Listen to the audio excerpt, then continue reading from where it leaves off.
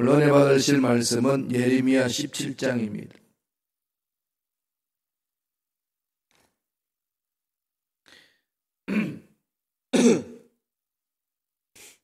예레미야 17장 9절에서 11절까지 말씀이 되겠습니다.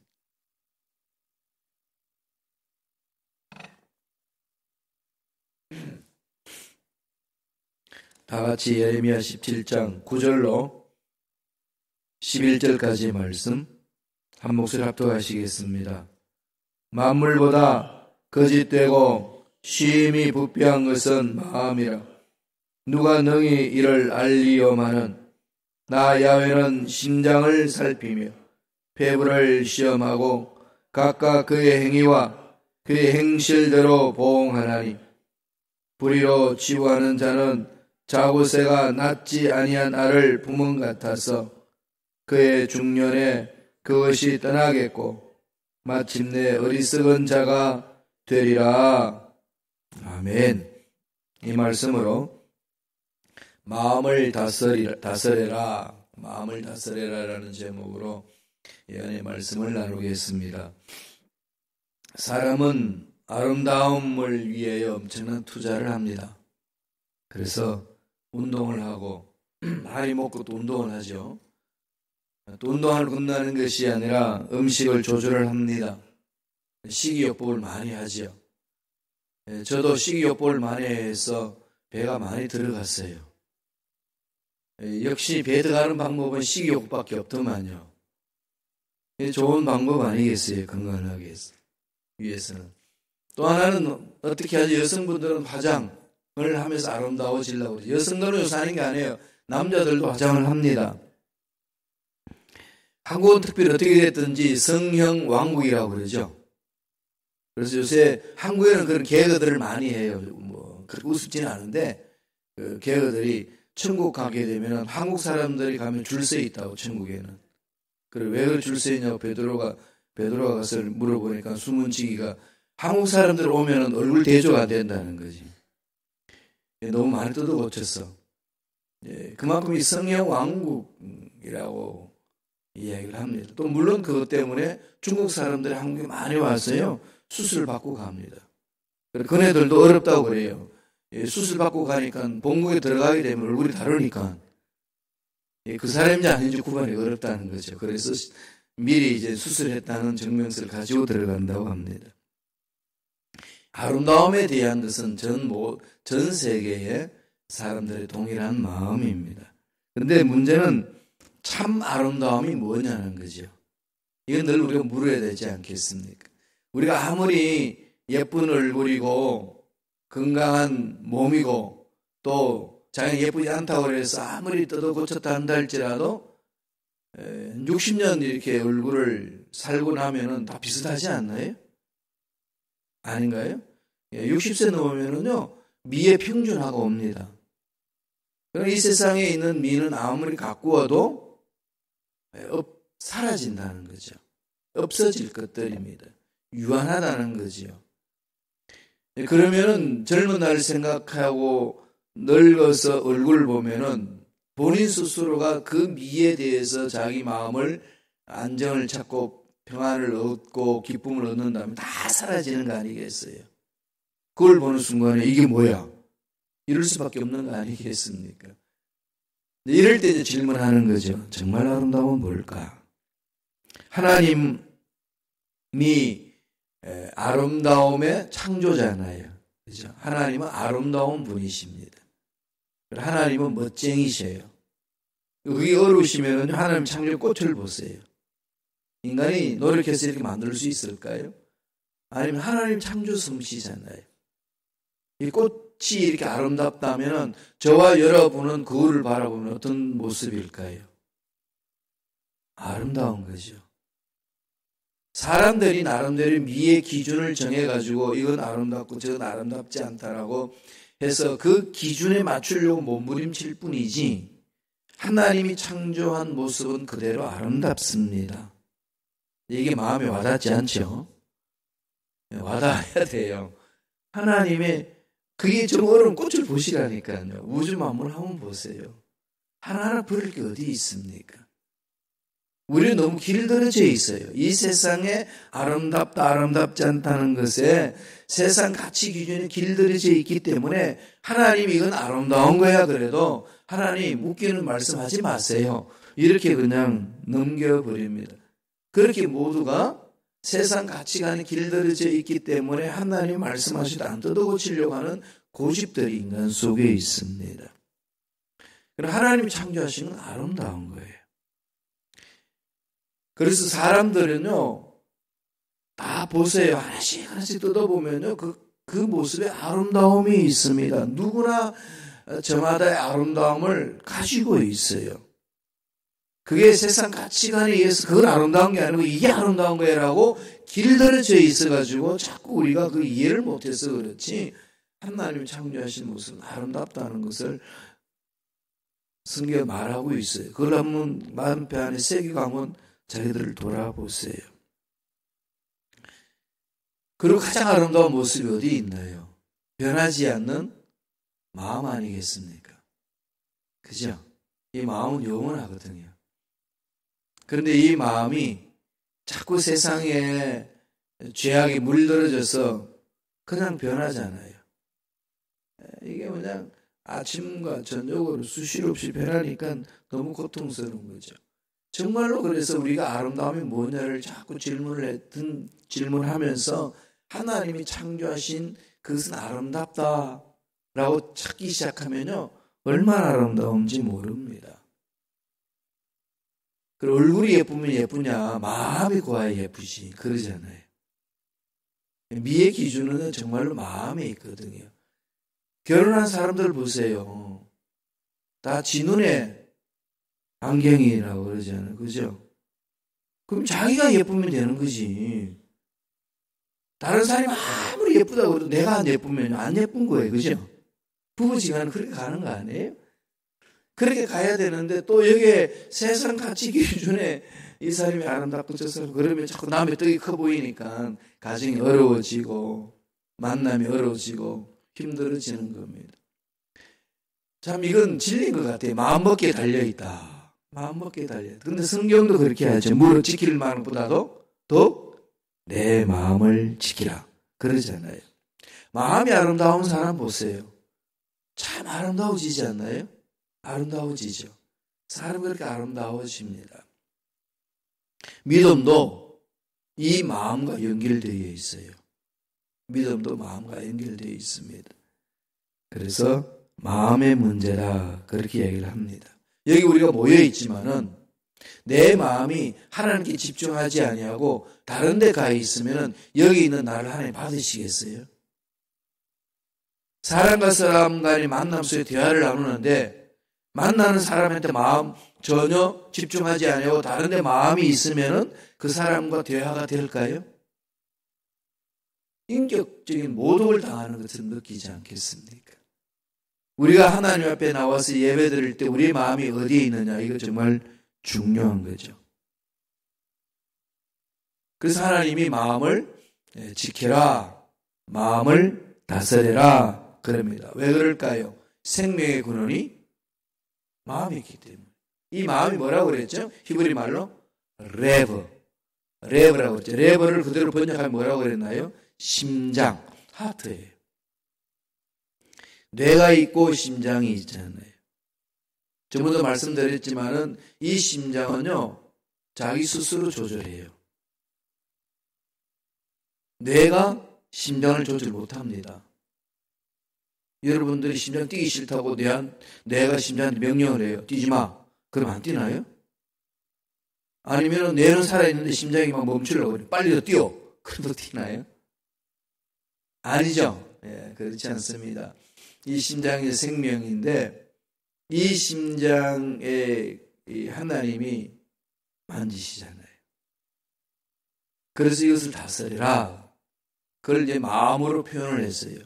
마음을 다스리라. 어떻게 다스릴까요? 내가 못 다스린다는 결론은. 그럼 어떻게 해야 되겠어요? 하나님께 물어봐야 되죠. 하나님께 물으셔야 됩니다. 어떻게 다스려야 됩니까? 그래서 오늘은 마음을 다스리라 하나님 말씀하셨는데 다시금 질문을 했으면 좋겠어요.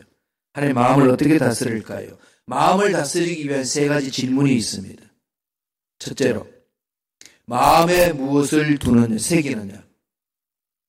마음에 무엇을 새기느냐는 거죠. 마음을 다스리는 방법, 제일 먼저 내 마음에 나는 무엇을 새기고 있는가. 오늘 예레미야 선지자가 우리를 말씀을 받아서 가르쳐 줍니다. 한번 읽어볼까요? 예레미야 17장 5절입니다. 다 같이 읽겠습니다. 야훼께서 이와 같이 말씀하시니라. 무릇 사람을 믿으며 육신으로 그 힘을 삼고 마음이 야훼에게서 떠난 그 사람은 저주를 받을 것이라. 어마어마한 말씀을 하고 있는 거죠. 여기서 사람을 믿으며 혈육으로, 그러니까 육신으로 그 힘을 삼고 했습니다. 이 말은 무슨 말일까요?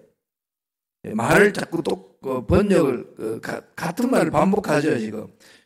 사람을 믿으며 육신으로 그 힘을 삼고, 그러니까 이 혈육이라는 것, 사람이 죄를 짓고 그 다음에 이 죄를 지음으로 인하여서 마음이 부패가 되고, 마음이 부패가 되면은 육체도 부패가 되고 병들면 사라지고 말잖아요.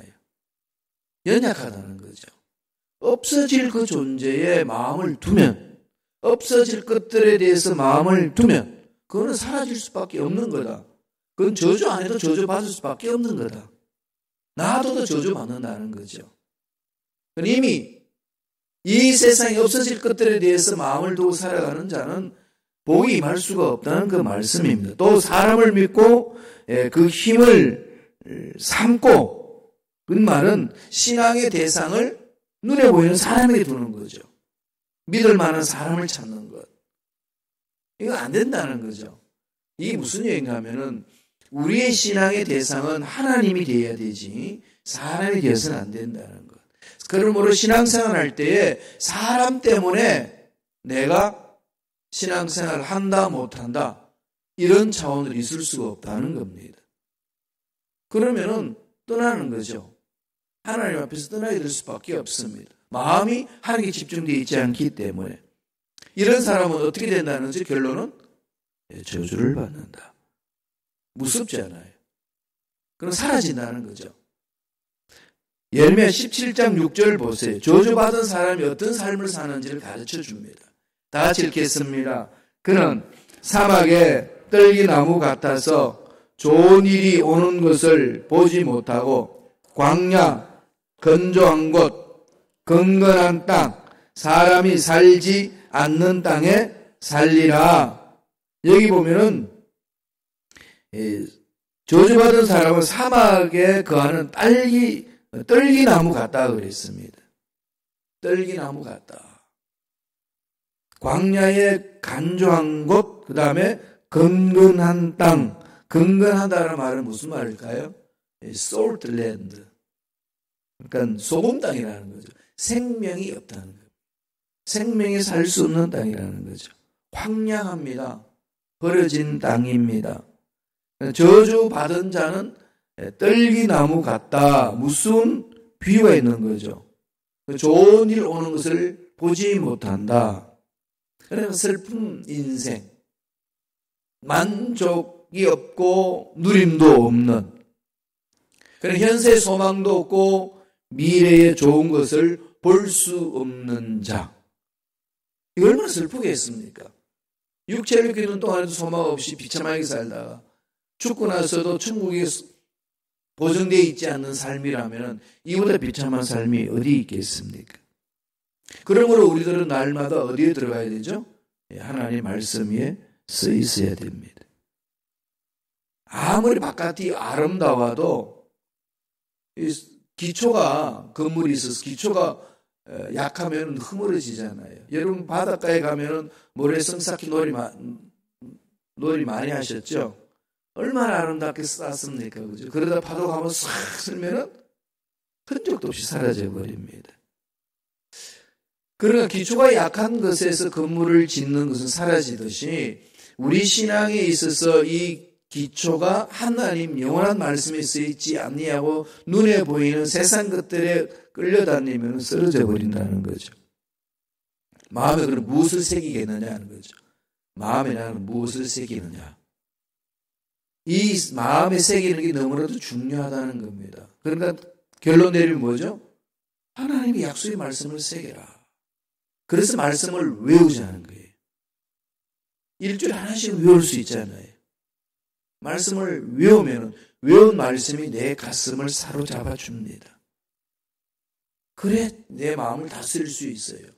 두 번째 질문은 뭘 해야 될까요? 내 마음의 주인이 누구냐는 겁니다. 대체적으로 마음의 주인 하나님이라고 고백하지만 실질적으로 생활 속에 보면은 주인이 누구죠? 내가 주인이고 그 다음에 돈이 주인이고 그 다음에 사람들의 소문이 주인이 될 때 있어요. 이 세 가지예요. 이것 때문에 마음을 갈피를 못 잡습니다. 돈이 없으면 초조, 불안, 고통, 괴로움이 있으니까 늘 마음이 막 답답한 거죠. 다른 사람들 인하여서 나쁜 소문이 들어오고 사람들의 말을 들으면 그 말이 나를 사로잡아가지고 내 마음 못 다스립니다. 내가 연약한 내 생각 속에서 미래 불확실한 것이 내 마음을 주관하면 불안해지잖아요. 다시 물어봐야 돼요. 내 마음의 주인은 누군가? 예레미야 17장 7절에 이렇게 말합니다. 다 같이 읽을까요? 한 목소리 읽겠습니다. 그러나 무릇 야훼를 의지하며 야훼를 의뢰하는 사람은 복을 받을 것이라.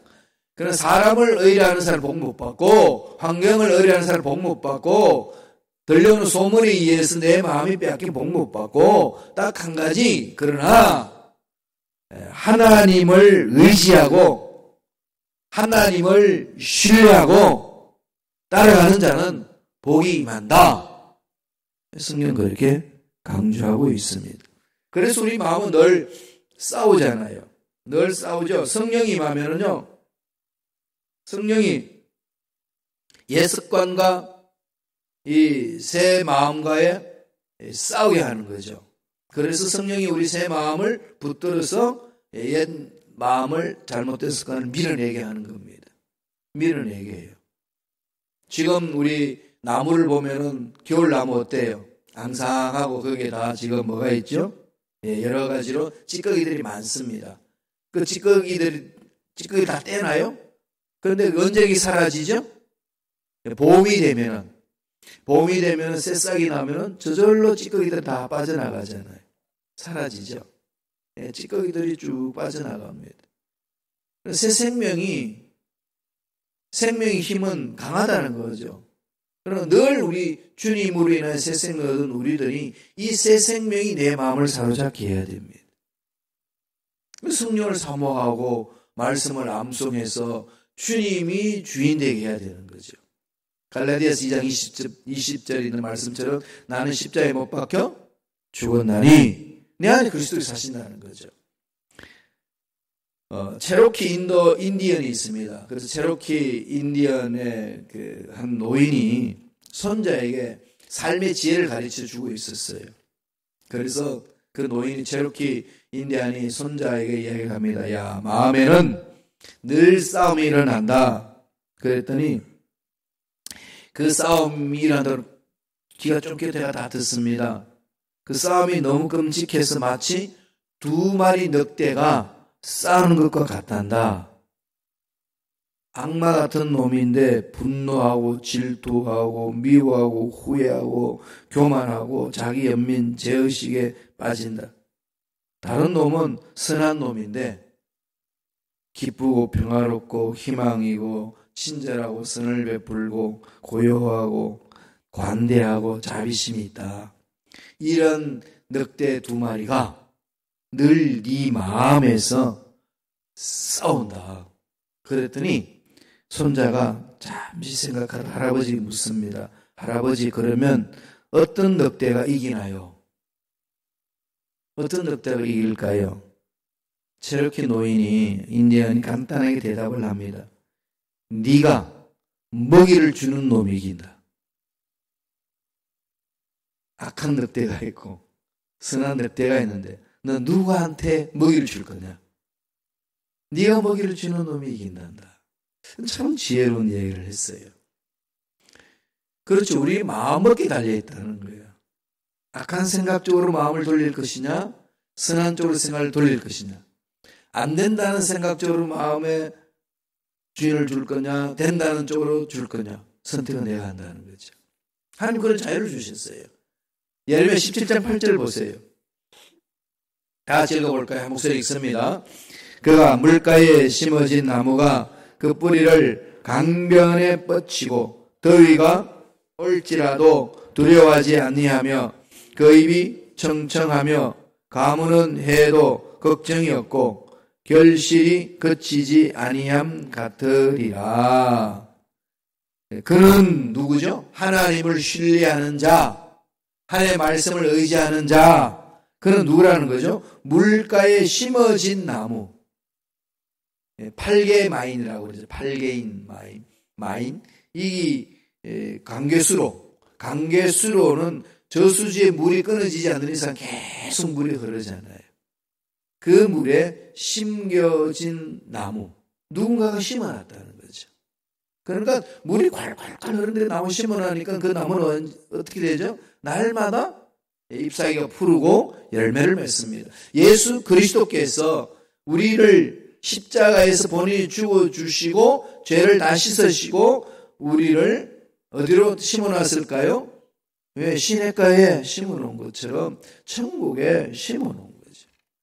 그러니까 우리는 풍성한 복을 받을 수밖에 없습니다. 물가로 이식된 것. 이건 더위가 와도 소용이 없어요.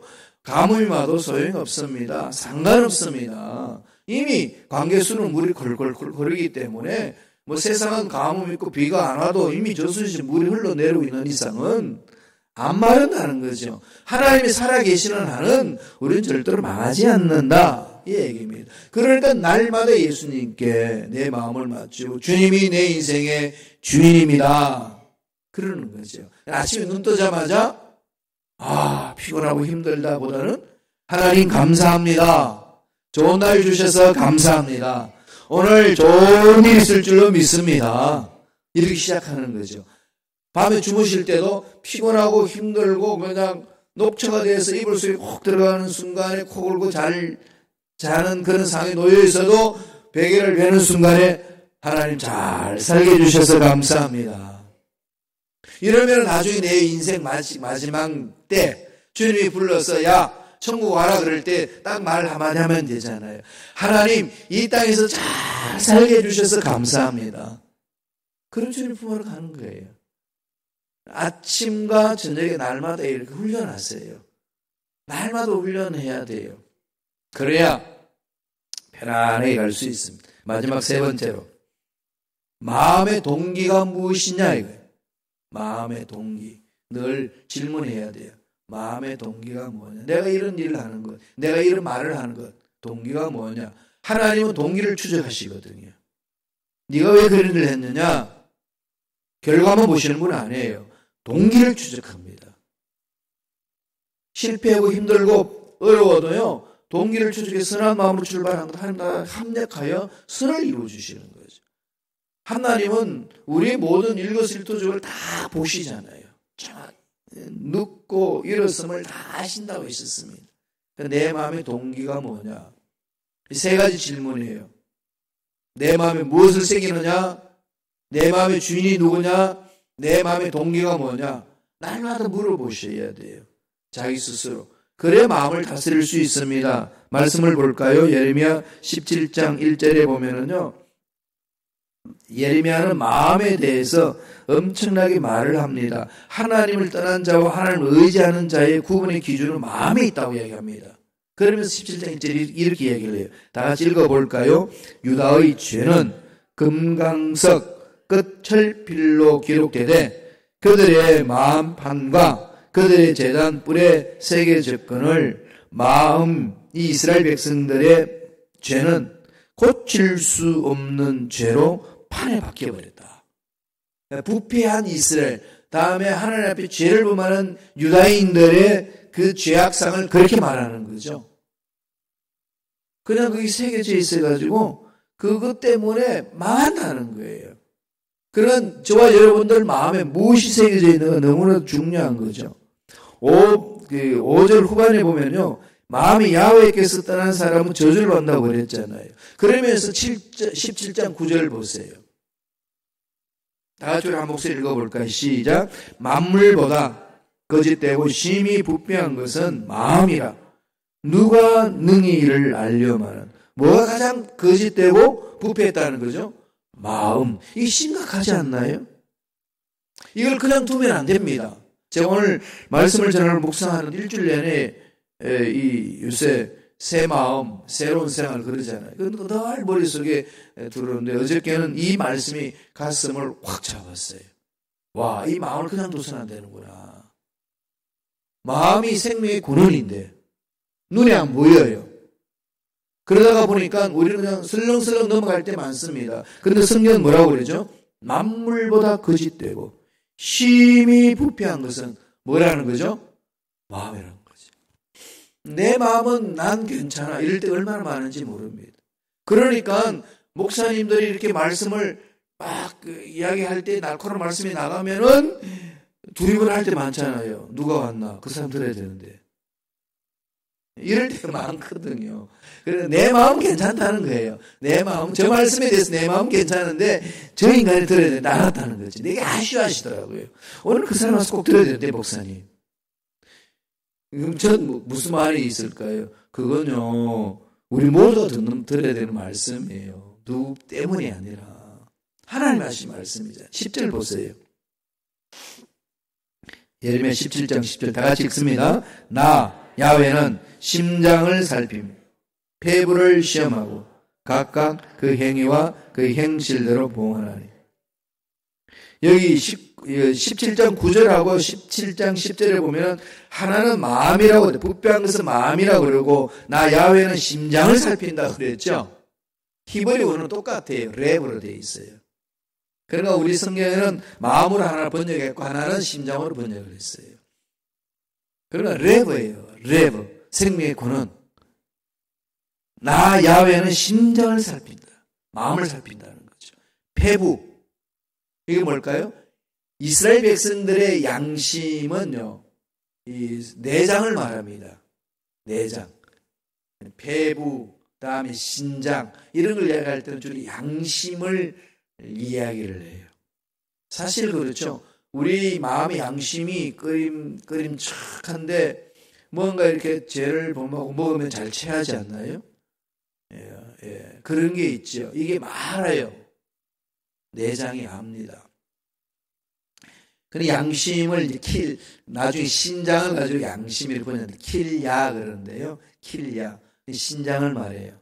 키드니를 얘기하잖아요. 걸러내잖아요. 걸러내는 기관. 양심을 그렇게 얘기를 합니다. 하나님이 그것을 걸러내신다는 거죠. 그래서 기독교는요, 마음의 종교예요. 마음이에요.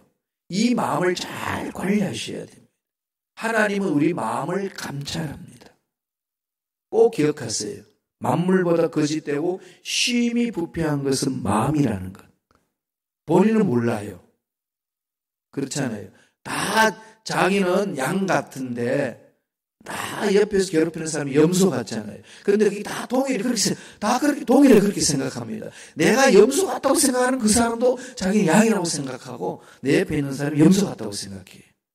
이게 모든 인간들 속에 들어있는 공통적인 겁니다. 그러니까 자기를 돌아보면은 공동체에서 문제는 극복하기가 쉽습니다. 시편 139편 1절 2절 보세요. 하나님 안에 우리 마음을 살펴준다는 겁니다. 다 같이 읽습니다. 야훼여 주께서 나를 살펴보셨으므로 나를 아시나이다. 주께서 내가 앉고 일어섬을 아시고 멀리서도 나의 생각을 밝히 아시오며. 주님이 내 마음을 아시니까 날마다 주님께 집중하는 거죠. 주님께 집중하는 방법은 기록된 말씀을 읽는 겁니다. 말씀을 암송하는 겁니다. 이렇게 하지 않으려고 마음 다스릴 수 없고 하나님이 예배하신 복을 받을 수 없어요. 날마다 말씀 위에 서셔서 날마다 승리하며 마음을 다스리며 예외하신 복을 듬뿍 받는 저와 여러분 되시길 간절히 축원합니다. 기도하겠습니다. 하나님 아버지 감사합니다. 마음이 말씀을 인하여 바뀌기를 원합니다. 마음이 성령을 인하여 바뀌기를 원합니다. 날마다 우리의 마음을 말씀으로 무장하여 주시고 성령의 능력으로 붙들어 주셔서 어떤 상황이 와도 흔들리지 않는 마음을 가질 수 있도록 역사하여 주시옵소서. 하나님이 만져주시면 우리 마음은 치유되고 우리 마음은 하나님의 뜻을 찾는 마음이 되는 줄로 믿습니다. 강하게 역사하여 주시고 인도하여 주시고 붙들어 주시옵소서. 예수 이름으로 명하노니 하나님 자녀들 괴롭히는 모든 악한 마귀들은 떠나갈지어다 사라질지어다. 모든 육체의 질병은 깨끗하게 나버릴지어다. 문제들은 해결될지어다. 좋은 일들이 반드시 일어날지어다. 은혜 감사 예물 드립니다. 예물 드린 손길 기억하여 주시고 30배, 60배, 100배, 1000배, 만배 복을 받아 누리며 나누는 멋진 삶을 사는 손길들에게 축복하여 주옵소서. 감사하고 예수님의 이름으로 기도드리옵나이다. 아멘. 하늘에 계신 우리 아버지여, 이름이 거룩히 여김을 받으시오며 나라가